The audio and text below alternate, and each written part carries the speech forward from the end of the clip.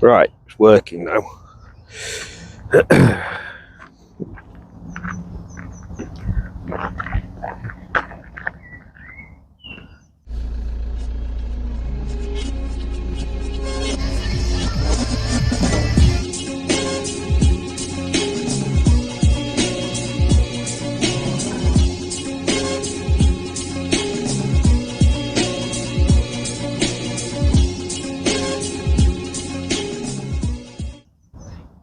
Hello there, Sean here from the Faithful Comey YouTube channel, and this is my 2005 Vauxhall Vectra C Estate.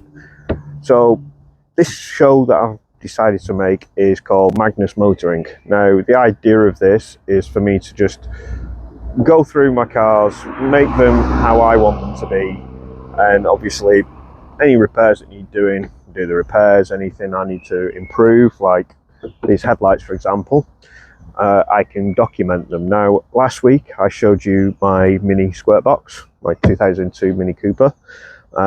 That's already got some mods planned. I'll go through them when the time's right for those modifications to be shown.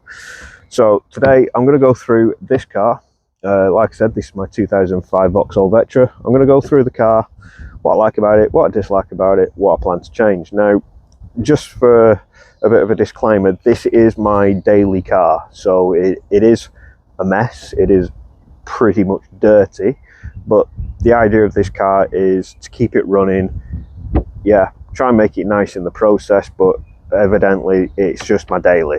So I'm going to show you around the car, and please sit down and enjoy the ride. Right, so forgive any background noise. Today just happens to be the busiest day of the year where everyone decides they want to drive around.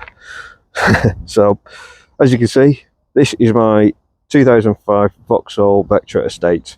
Now off the bat, this has got problems in terms of looks.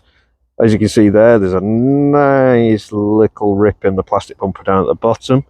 The bumper here is missing parts, and it's also got a nice little dent there. And then just while we're on the bumper, it's somebody thought in their infinite wisdom to stick bloody chrome bits on it, and this is the residue when I evidently tried to get it removed. Now there is a way to remove this. It does actually still come off because I think the adhesive is actually knackered. Now I do plan to actually get this bumper refurbed. I did find somebody on Instagram that does home repairs on these sorts of bumpers, so I'm going to speak to him and see what he can do about it. Now this was done at work, so I parked this in the works car park, and some idiot in the van decided to just drive up the side of it, as you can see there. So it is a bit rough, but it's got good bones. So on the front, also on the front of this, is I need these headlights. You're not sure if you can see them on camera, but here they're actually yellowed. So there is a way to actually bring these back, which I do plan on doing. So that's going to be an interesting little side project. I need to do with the Mini as well, but I think these will be good practice. On the grille here, I plan to actually paint this. Now I did say it's just going to be my daily, but I do want to make it look nice as well. So I plan to actually paint all of this apart from the badge, and then just have it looking like a hovered, you know, a grille. So I'm going to matte black this bit, and then gloss this bit, and gloss the back of this, because then it stands out a bit. And then once I've got the badge on the front, it'll look good. I do actually like the Vauxhall badge. I do have a soft spot for Vauxhalls, mainly because my dad had a couple of them. One notable one was actually this car's very older cousin, the Cavalier, Mark III Cavalier. He also in this silver, and it was a saloon, I believe. So yeah, that's the front end of the car I want doing. Just going to work my way down the driver's side. Now, when I got the car, this was buggered. So this was all full of scratches, and it was broken, it won't close. Now this, I replaced this already, so I can actually close and open the mirror. Evidence of further damages from the previous owner is this little dent here. It's got a little bit of surface rust and also scratch on the door handle there. I do actually have a welder local to me. I might actually take it to him and see if he'll just put in a new piece there, unless I just go to a body shop and see what they can do with that. These door handles, you can get them everywhere. I might just sand it back and repaint it. We'll see what happens there. While we're on this side, the wheels on this side, apart from being dirty, are actually in good condition. I'm not sure, I think they're called Rondels or Ronalds, and they're actually not bad wheels. Now, 17 inches on a 5x110 bolt pattern, I believe. So there is options for wheels. Now, I do actually have some ideas for wheels, but they're not a priority at the moment. So, working my way around to the back of the car, with this being a utilitarian car for me, I'm going to put a tow bar on it. That's already been booked in for a tow bar.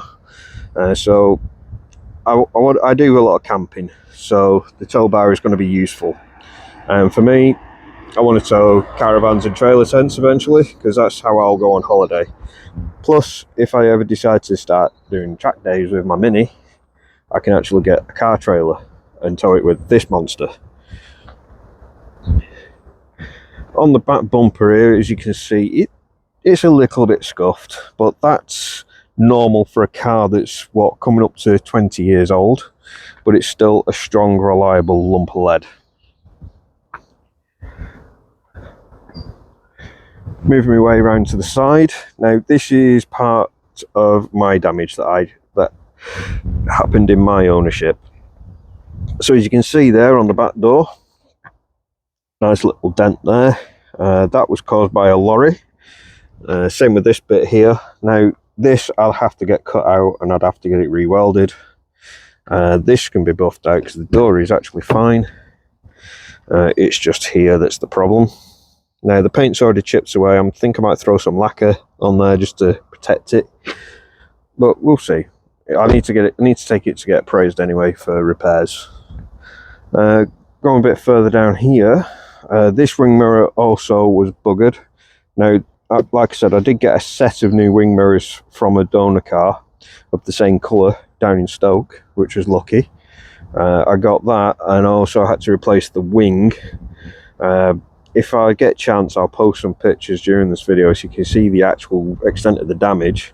You can see the door trim there needs redoing, the paint here is a bit scuffed, bonnet here is a bit bent, and this is evidence of where the truck actually hit. So,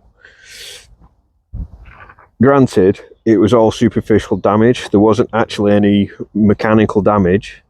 I think the only thing that was closest to being mechanical was that wheel there, but the wheel's not buckled, it's not broken, it's still holding air. So it just goes to show that these beasts are actually very, very, very tough.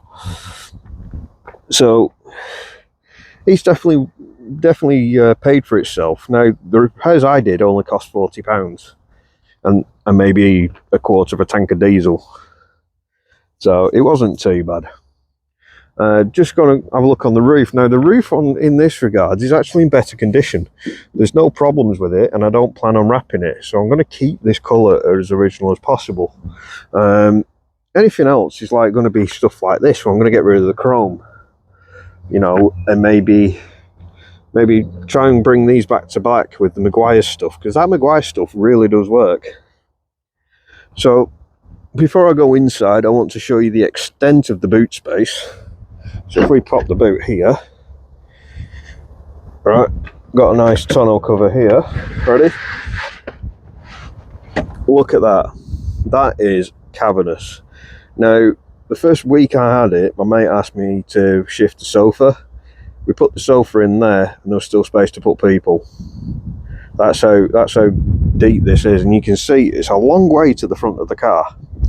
So this is the back end of the car. One thing I do like about it is I could put a full-size spare in here, but it's got a space saver, it's got the full toolkit, it's got a nice little cubby space for little bits of tools there. Then it's got an auxiliary socket at the back, open these. One sec. Open. No, it's not opening. Ah, there we go. So in here, fuse box for the rear. If you look in there, fuse relay box for the rear of the car. Rear lights there. Still wondering what that is. I think that's the reversing sensors, I'm not sure. But I'll find out once I get the tow bar in. But so as you can see, it's very practical. And then this side is my little locker where I put all of my tools and my spare bulbs and stuff. So back end of the car, not bad. Let's move to the rear passenger compartment. Right, now we're in the rear of the car. We've got a bit more privacy as well. I'd just like to say I'm 5'10", and this seat's in my driving position, and I've got ample leg room. Also got a door pocket here, there. You know, got another auxiliary socket here. Got cigarette sockets, and here got some nice fancy cup holders, which is good for when you're in the front. You got 2 additional cup holders there. Now, it is a bit dirty in here because I don't really use the back of this car very much, apart from a dumping ground. So it does have a ski hatch, so you can put your long skis in there, which, to be honest, it's never been used. It's got a nice armrest here, so you can feel like you're relatively comfortable back here. Got to remember to keep my hand out of shot. Speakers there on both doors, and these are keep fit windows, so there's no electrics back here, which is good for me because then I'm not worried about whether I forgot to close a window or not. As you can see on these seat belts, I've put these leatherette type things on here again. Temu, a couple of quid, and it does actually make the car feel a bit more premium, in my opinion. So you do actually get quite a bit of decent space back here. And then there's the front of the car, which we're going to have a look at in a second. So this is the front of the car. Now, difference compared to my other car is I've actually got a solution to fasten my phone down. Looking over there, we've also got my little friend Meow Meow and Itsy. That's the little spider over there. That was a McDonald's Happy Meal toy that ended up living there, and it stayed there ever since.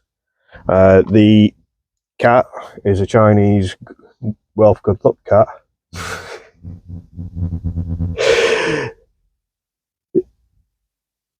So the cat there is actually a wealth cat, and if I ever need to, when I'm working, it's a way of me making money. It brings good fortune and wealth. Yeah, there's people driving past and wondering, what's this idiot holding his phone up? So yeah, that's not a bad, they're my little accessories. Now, looking at the front, storage-wise, we've got 2 very narrow door pockets, but they're good enough for putting like wipes and stuff in. We've got a fairly sizable glove box. Now, on the European ones, we don't have that on the other side, so you got all that space. Unfortunately, that's where the fuse box is, so you do actually lose quite a bit of storage space. But what I've got in here is I've got an extension cable for my USBs. I've got a pile of CDs, baby wipes because you never know when you might need to clean yourself up, and the old Bluetooth head unit connection thing, which uses the FM radio, and it's a load of bollocks, mate. It's crap. Moving to the middle, no traction control, no heated seats, but there are models with heated seats and traction control. I think this has got traction control, but you can't turn it off. The head unit I've recently replaced because my old head unit was the old sat-nav, which came with this screen here, but it was very rudimentary and it was useless because the disc I've got is from 2005 and we are now in 2024 / nearly 25. So I use my phone for my sat-nav, hence why that's there. The head unit, Pioneer CD Bluetooth auxiliary, is exactly what I want it to do. I had this in my Peugeot 206. I salvaged it from there, so it now lives in here. Again, it's more for practicality. I need to get a microphone for it so I can actually use the phone portion of it, but that's not difficult. So this will just pop out, plug it in the back, and then I'll probably just train it over to the corner here so it'll be useful. Underneath, these are the heating controls. Now it does have it's kind of like a climate control. It's not too bad, but you've just got 3 big knobs, you know, which you can actually control your fan speed, your temperature, got AC, recirculate, all the good stuff there.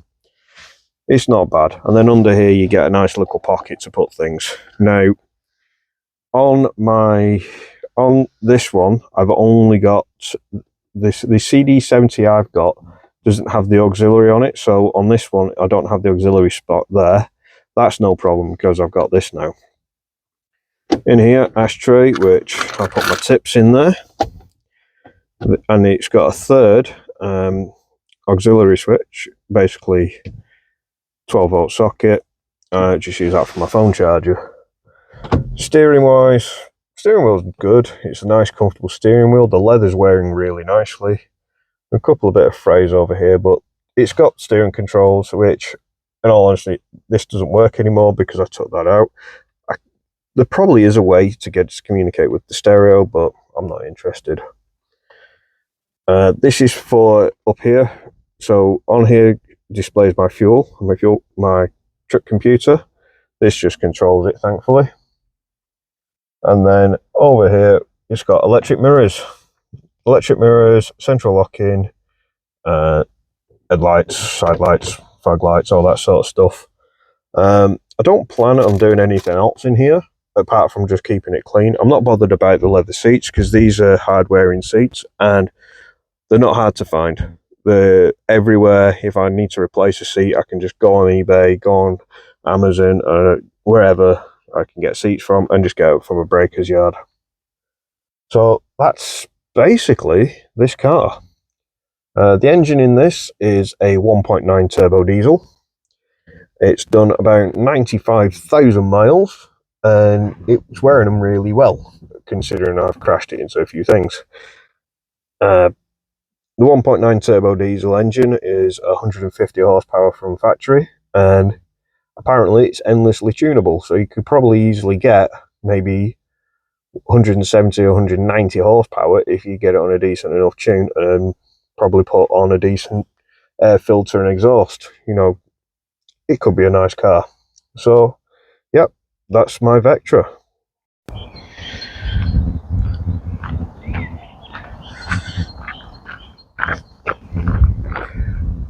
Right, so this is my Vectra. This is my daily. This is my hard working horse of a car.